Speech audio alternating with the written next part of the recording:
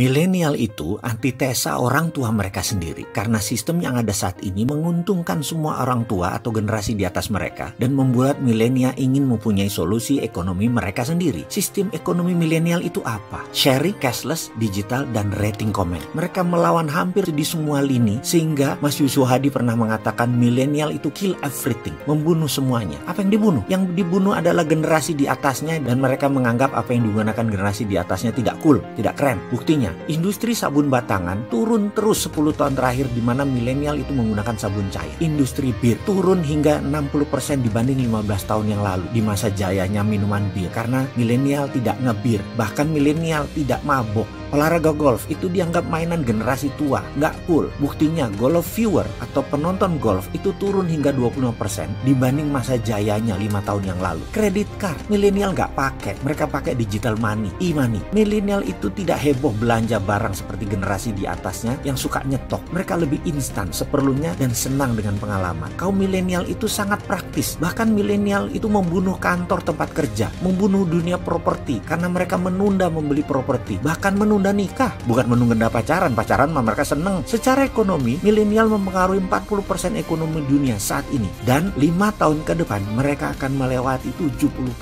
perekonomian dunia dipegang mereka. Sementara pemerintah dalam rancangan APBN kemarin gak baca sama sekali milenial mau kemana. Kita bicarakan sekarang milenial dari sisi yang lain. Sekarang kembali ke ekonomi negara di era milenial. Bener deh, milenial sejatinya anti hutang dan mereka kuat sekali berbagi. Itulah dasar dari MMT, Modern Monetary Theory. Jadi nanti kalau ada menteri milenial tetapi konsepnya masih Keynesian, masih ngutang, kabinetnya ya belum kabinet milenial, muda doang usianya tapi ilmunya zaman old, nggak pakai ilmu zaman now. Ilmu zaman now itu adalah MMT, Modern Monetary Theory. Basisnya adalah SWF, Sovereign Wealth Fund, Consolidate Bottom of Pyramid, Create 12 level ekonomi. Kredonya adalah create.